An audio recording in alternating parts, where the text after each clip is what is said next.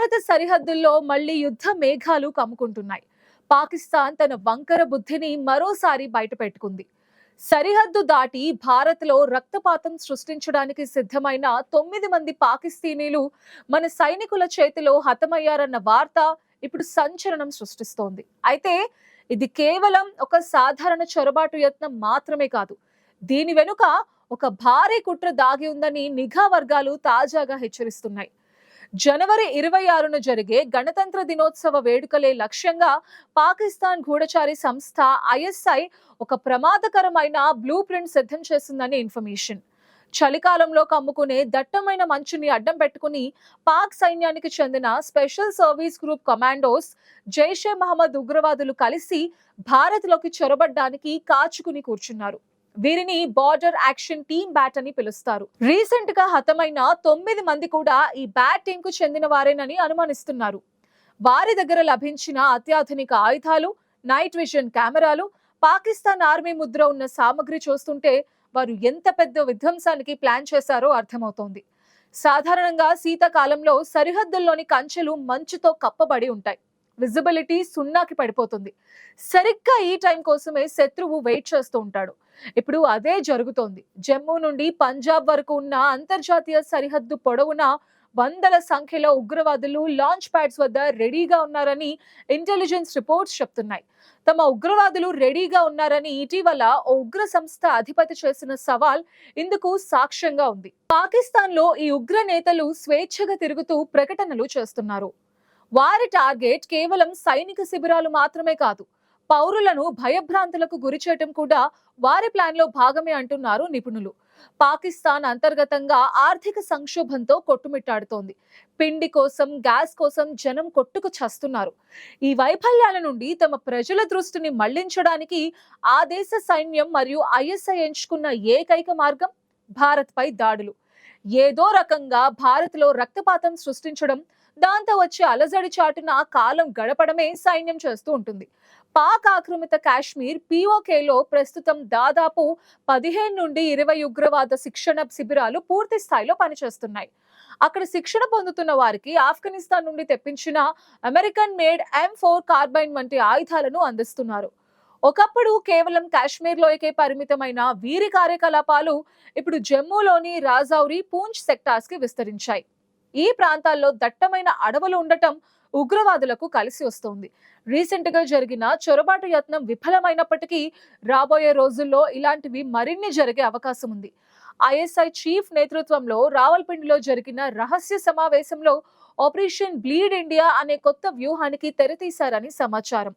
దీని ప్రకారం సరిహద్దుల్లో కాల్పుల విరమణ ఒప్పందం ఉన్నప్పటికీ దాన్ని ఉల్లంఘించి భారత పోస్టులపై కాల్పులు జరపడం, ఆ కవరింగ్ ఫైర్ మాటున ఉగ్రవాదులను లోపలికి పంపించడం వారి ప్లాన్.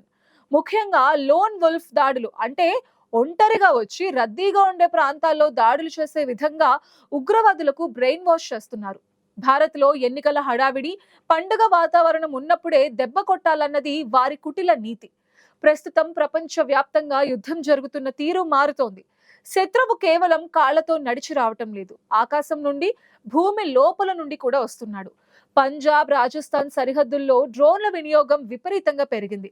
రాత్రి వేళల్లో చైనా తయారీ డ్రోన్ల ద్వారా ఆయుధాలు, హెరాయిన్ వంటి మాదక ద్రవ్యాలను భారత్ వైపు జారవిడుస్తున్నారు. దీన్నే నార్కో టెర్రరిజం అంటూ ఉంటారు. ఇలా వచ్చిన డ్రగ్స్ అమ్మగా ఆ వచ్చిన డబ్బుతోనే కాశ్మీర్ లో ఉగ్రవాదాన్ని పోషిస్తున్నారు. అడపాదడపా అవి ఆయుధాలు కూడా మోసుకొస్తున్నాయి. ఇటీవల మన బార్డర్ సెక్యూరిటీ ఫోర్స్ ఇలాంటి పలు డ్రోన్లను గుర్తించి ఆకాశంలోనే వాటిని పేల్చివేయడం జరిగింది. మరోవైపు పాలస్తీనాలోని హమాస్ తరహాలో సరిహద్దు కంచె కింద నుండి సొరంగాలు తవ్వి వాటి ద్వారా ఉగ్రవాదులను పంపించే ప్రయత్నాలు కూడా జరుగుతున్నాయి. గతంలో సాంబా సెక్టార్లో ఇలాంటి సొరంగాలు బయటపడ్డాయి. ఇప్పుడు ఐఎస్ఐ తన పంథా మార్చుకుంది.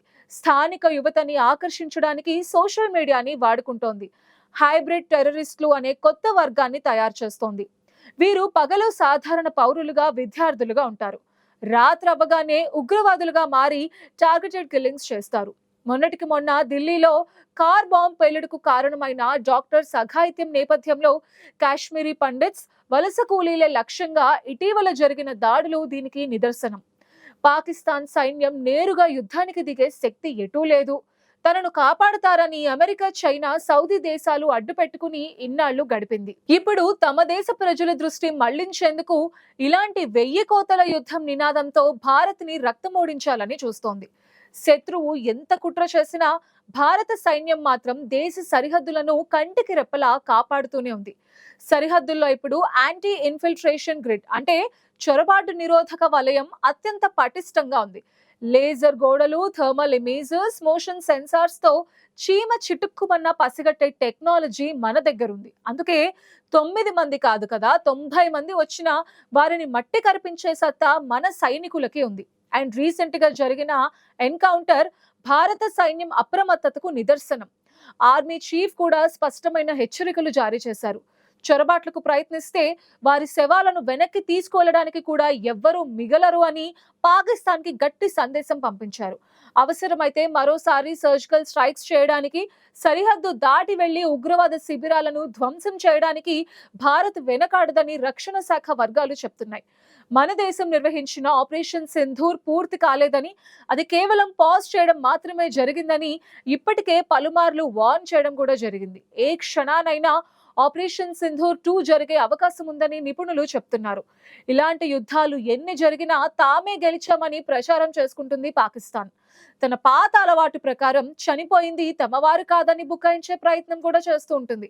కానీ వారి దగ్గర దొరికిన ID cards, Pak currency notes, కుటుంబ సభ్యుల ఫోన్ నెంబర్స్ ఇవన్నీ పాక్ పాపాన్ని ఎలుగెత్తి చాటుతున్నాయి.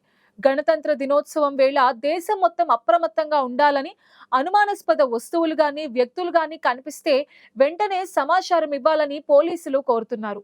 ఈ యుద్ధం కేవలం సైనికులదే కాదు, ప్రతి పౌరుడిది అని గుర్తు చేస్తున్నారు.